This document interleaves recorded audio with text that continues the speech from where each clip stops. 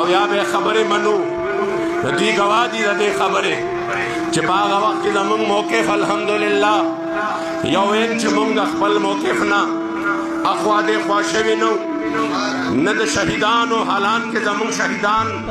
او زخمیان اسپتال ته نه دي پرېښودې شوي که په لاره کې ورله مونږه څه علاج معالجه کولی شوه خو صحیح وه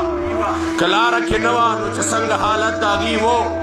اسپتال کې د هغې د علاج دپاره دوایانې نه وې ډاکټران نه زمونږ د اف آی آرو دپاره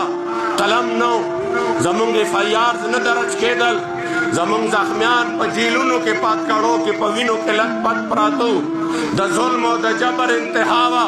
خو الحمدلله مونږ بیا په هغه وخت کې صرف یوه خبره کوله د دومره ظلم باوجود د دومره تکلیف د حالاتو باوجود مونږ بیا هم دا نه وی ظلم دی که په هغه وخت کې کېږي هم ظلم دی که په دې باندې شوی دی بیا هم مونږ حمایت نه دی کړی مونږ هم وایو ظلم دی ظالم چې په هر وخت کې ظلم کوي ظلم ته ظلم ویل زمونږ امیر محترم په لومړنۍ ورځ باندې اعلان کړی ہر ظالم کا گریبان پکڑیں گے ہر مظلوم کے ساتھ ہوں گے لیکن دومره وایو چې وخت ټول یو شانتي نه وي وخت خامخا بدلیږي په هغه وخت کې چې کوم ظلم په مونږ باندې کېده مونږ د حق دپاره ولاړو د حضور د دین دپاره ولاړو د حضور د عزت او د ابرو د حفاظت دپاره ولاړو د وخت فرعونانو دا فرعونیت به وی به جندم مونږ ورکو خلاصین مونږ ورکو مونږ ورته وی صدا بادشاہی میرے رب کی ہے ہمیشہ بادشاہی دا زما د رب دا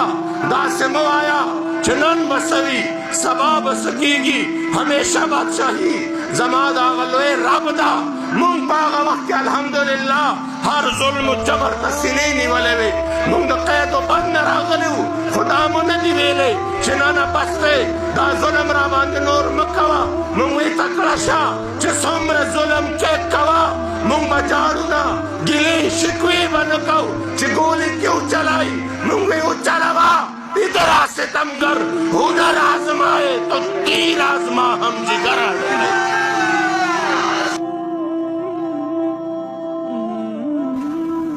امینی صاحب خبره وکړه بشکه چې هغه وخت کې ډېر ظلم شوی خو چې کله ما ته عمران خان صاحب دا ټاسک راکړو دی د دې خبرې ګواه دی موږ به کې کېناستو هغه ټایم د جهنم په پل باندې رینجرز اور زمونږ د دې مذهبي جماعت ملګري بالکل آمنے سامنے وو شکر الحمدلله چې کله زه ډېر کمزور یم خو چې ورته راووتو دومره څوک بیا نشو نه دي خوږ شوي الحمدلله او د هغې وخت نه زمونږ د مولانا سعد صاحب سره یو تعلق جوړ شو زه چې کله د جیل نه راووتم تاسو ته به ولي صاحب پته نه وي مولانا صاحب بیا ما ته ټلیفون کړو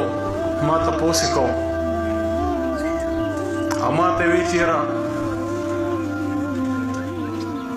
زه تا اپریشیټ کوم چې یاره ته په سخته کې ودرېدې ما یاره سخته کې زه به څه ولاړ یم زه عمران خان سره نه یم ولاړ زه د خپلې پښتو سره ولاړ یم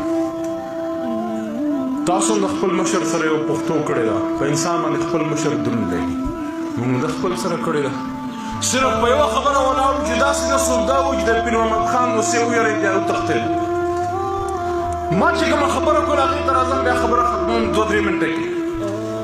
ستاسو د علماو مخامخ یو درخواست مانا کېښودو چې لږ علمي اختلاف خو لازم دی چې رابهیي خو چې کله خبره د قرآن او د اسلام او د دین او د پاکستان راشي زما نه خاص دی چې هغه ټایم کې بیا ټول یو یو